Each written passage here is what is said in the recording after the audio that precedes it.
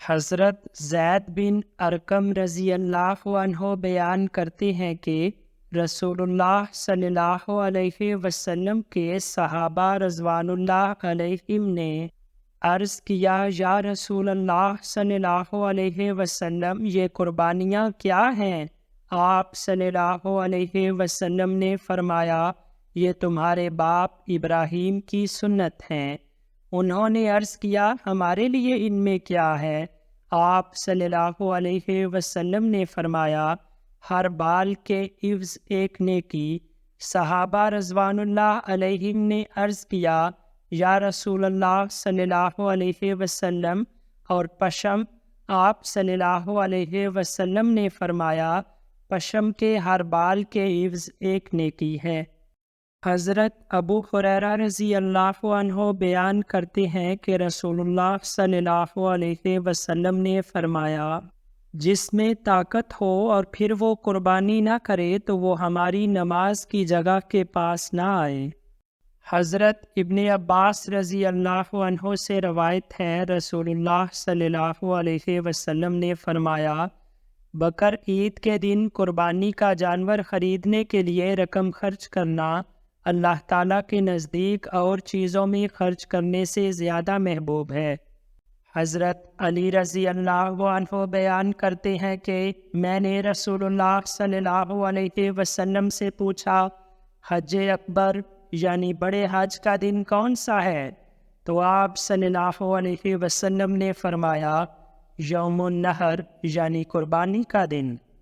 حضرت عبداللہ بن عمر رضی اللہ عنہ بیان کرتے ہیں کہ رسول اللہ صلی اللہ علیہ وسلم 10 سال مدینے میں رہے اور ہر سال قربانی کرتے رہے۔ حضرت عائشہ رضی اللہ عنہا بیان کرتی ہیں کہ رسول اللہ صلی اللہ علیہ وسلم نے فرمایا، قربانی کے دن اللہ کے نزدیک آدمی کا سب سے محبوب عمل جانور کا خون بہانا ہے۔ قیامت کے دن قربانی کے جانور اپنے سینگوں، بالوں اور کھروں کے ساتھ آئیں گے۔ قربانی کا خون زمین پر گرنے سے پہلے قبولیت کا درجہ حاصل کر لیتا ہے، اس لیے خوش دلی کے ساتھ قربانی کرو۔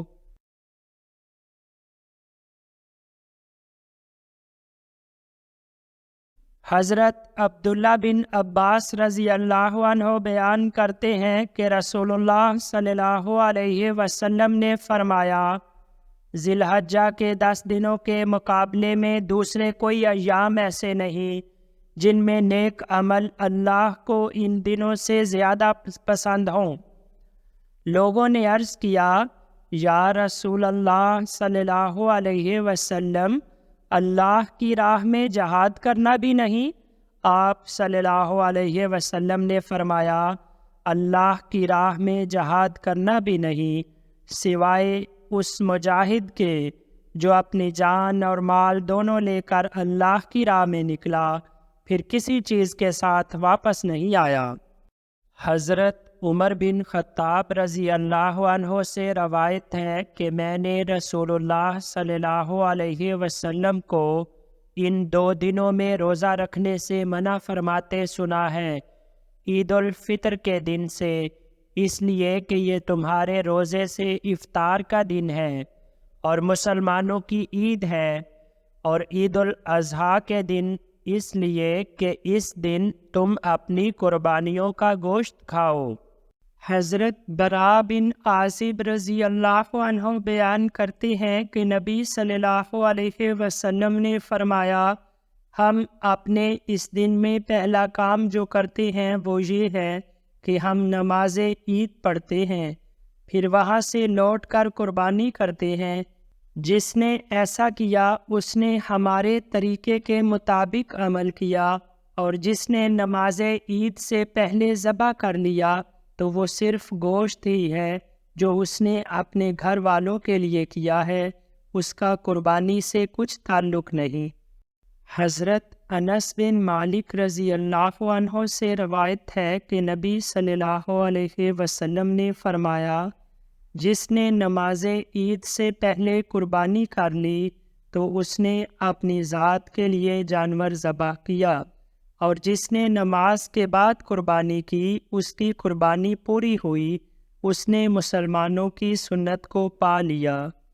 حضرت بریدہ رضی اللہ عنہ سے روایت ہے کہ رسول اللہ صلی اللہ علیہ وسلم عید الفطر کے لیے کچھ کھائے بغیر نہیں نکلتے تھے اور عید الاضحیٰ پر کچھ کھا کر نہیں جاتے تھے، بلکہ واپس آ کر قربانی کا گوشت کھایا کرتے تھے۔ حضرت بریدہ رضی اللہ عنہ سے مروی ہے کہ نبی کریم صلی اللہ علیہ وسلم عید الفطر کے دن اپنے گھر سے کچھ کھائے پیے بغیر نہیں نکلتے تھے اور عید الاضحیٰ کے دن نماز عید سے فارغ ہو کر آنے تک کچھ کھاتے پیتے نہ تھے، اور آپ صلی اللہ علیہ وسلم قربانی کے جانور میں سے ابتدا کلیجی تناول فرمانے سے کرتے تھے۔ حضرت جندب بن سفیان کہتے ہیں، میں عید الاضحیٰ میں رسول اللہ صلی اللہ علیہ وسلم کے ساتھ تھا۔ آپ صلی اللہ علیہ وسلم نے نماز پڑھی اور نماز سے فارغ ہوئے۔ ابھی آپ صلی اللہ علیہ وسلم واپس تشریف نہیں لے گئے تھے تو آپ صلی اللہ علیہ وسلم نے قربانیوں کا گوشت دیکھا جو آپ صلی اللہ علیہ وسلم کے نماز سے فارغ ہونے سے پہلے ہی ذبح کی گئی تھی۔ آپ صلی اللہ علیہ وسلم نے فرمایا، جس نے اپنی قربانیوں کو نماز پڑھنے سے پہلے ہی ذبح کیا تھا، یا فرمایا ہماری نماز سے قبل ہی ذبح کیا، تو وہ اس کی جگہ پر اور جانور ذبح کرے، اور جس نے ذبح نہیں کیا تو وہ اللہ کا نام لے کر ذبح کرے۔ حضرت انس بن مالک رضی اللہ عنہ سے روایت ہے کہ نبی کریم صلی اللہ علیہ وسلم نے عید الاضحیٰ کے دن فرمایا، جس نے نماز عید سے پہلے قربانی کر لی وہ دوبارہ قربانی کرے۔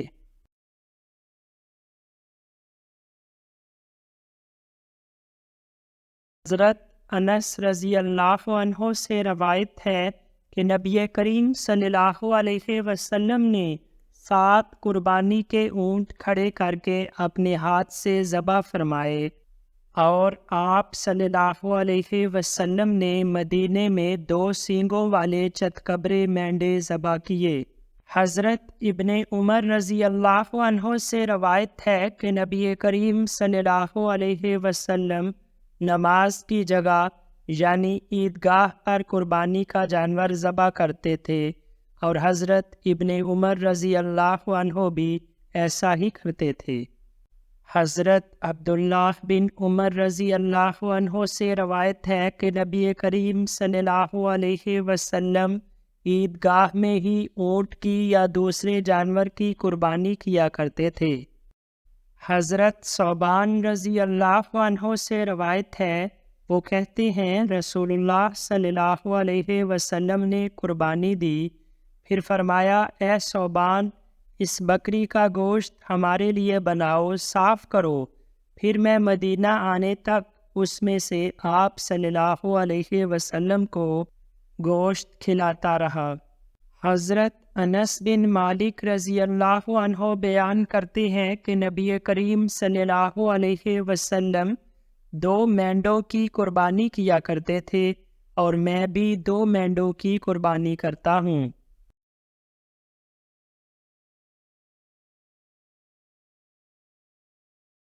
حضرت انس بن مالک رضی اللہ عنہ بیان کرتے ہیں کہ نبی صلی اللہ علیہ وسلم نے 2 سیاہ سفید مینڈوں کی قربانی دی۔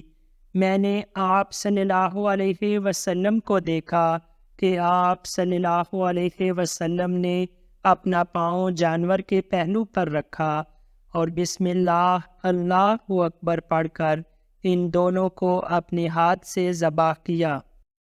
حضرت جابر رضی اللہ عنہ بن عبداللہ بیان کرتے ہیں کہ رسول اللہ صلی اللہ علیہ وسلم نے عید کے دن 2 مینڈے قربان کیے، اور جب رخ پھیرا تو یہ دعا کی، انی وجہت وجہی للذی فطر السماوات والارض حنیفا وما انا من المشرکین۔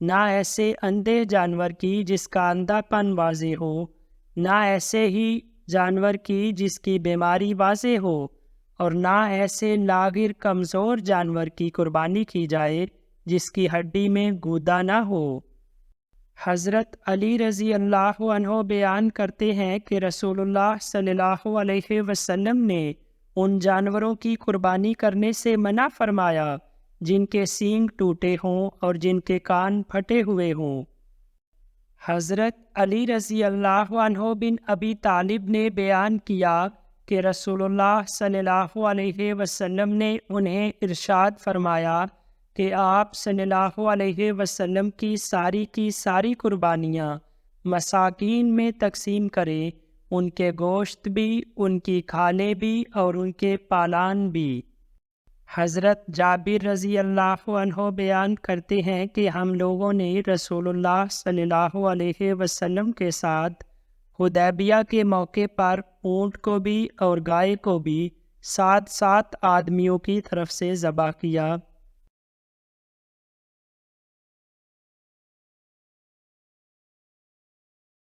حضرت عائشہ رضی اللہ عنہا سے روایت ہے کہ رسول اللہ صلی اللہ علیہ وسلم نے ایک سینگوں والا مینڈا جو سیاہی میں چلتا ہو اور سیاہی میں بیٹھتا ہو اور سیاہی میں دیکھتا ہو لانے کا ارشاد فرمایا۔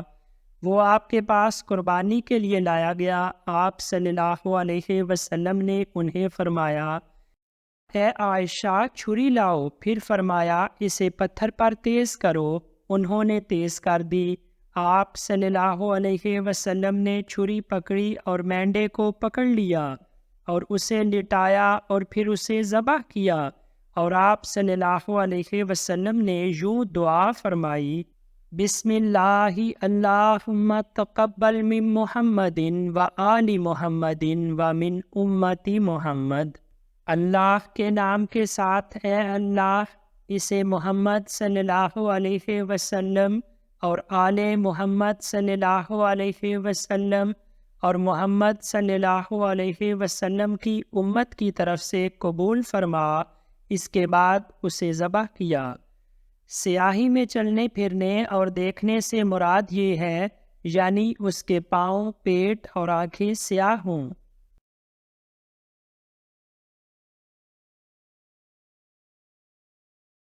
نبی صلی اللہ علیہ وسلم کی زوجہ مطہرہ حضرت ام سلمہ رضی اللہ عنہا بیان کرتی ہیں کہ رسول اللہ صلی اللہ علیہ وسلم نے فرمایا، جس شخص کے پاس قربانی کا جانور ہو جسے وہ قربان کرنا چاہتا ہو، تو جب ذی الحجہ کی پہلی رات کا چاند نکل آئے تو جب تک وہ قربانی نہ کر لے اپنے بال اور ناخن ہرگز نہ کاٹے۔